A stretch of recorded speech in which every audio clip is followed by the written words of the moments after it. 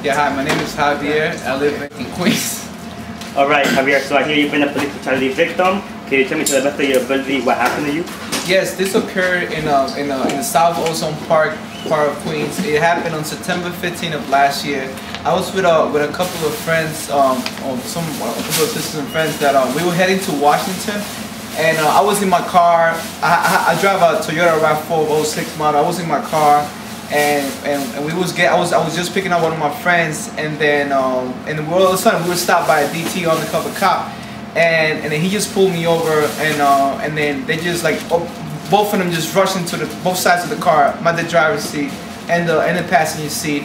And they just like just like knocking the window, told me to lower it down. I lowered the window, and they were asking if right away. They didn't even ask me where was I going. They just asked me whose car is this. I told them right away this is my car. I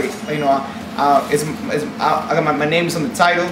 You know, I show them my insurance policy at the same time. So what they did, and then right away, the other cop, the other officer on the pricing whistle, for some reason asked my friend for his ID. I mean, like, you know, like he asked him if he was old enough to drive, but yet he wasn't even driving. He was just on the passenger seat. Why would he ask him for his ID or ask him if he had a driver's license? But my friend anyways just showed him his driver's permit. He had a permit at the time actually. So after that, the guy they asked where we was going, where were we going? I told him we were going to Washington. Because we were going on a trip over there, and then after that they told us to step out of the car for a second. I stepped out of the car. They searched me, and you know, once again they asked me for my ID. They asked me for the title of the car. They asked me for the license, for the policy, the insurance policy,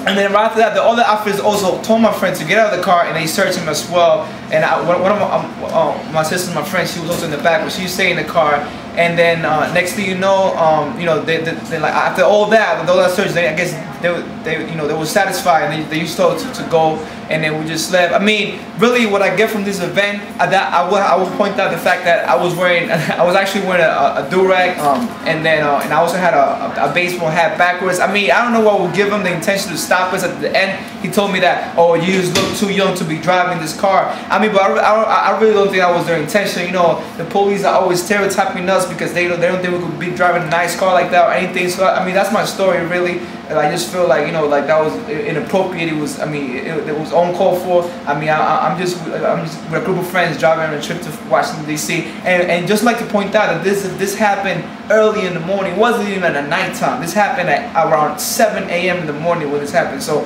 I mean, it's really uncalled for, and that's what happened.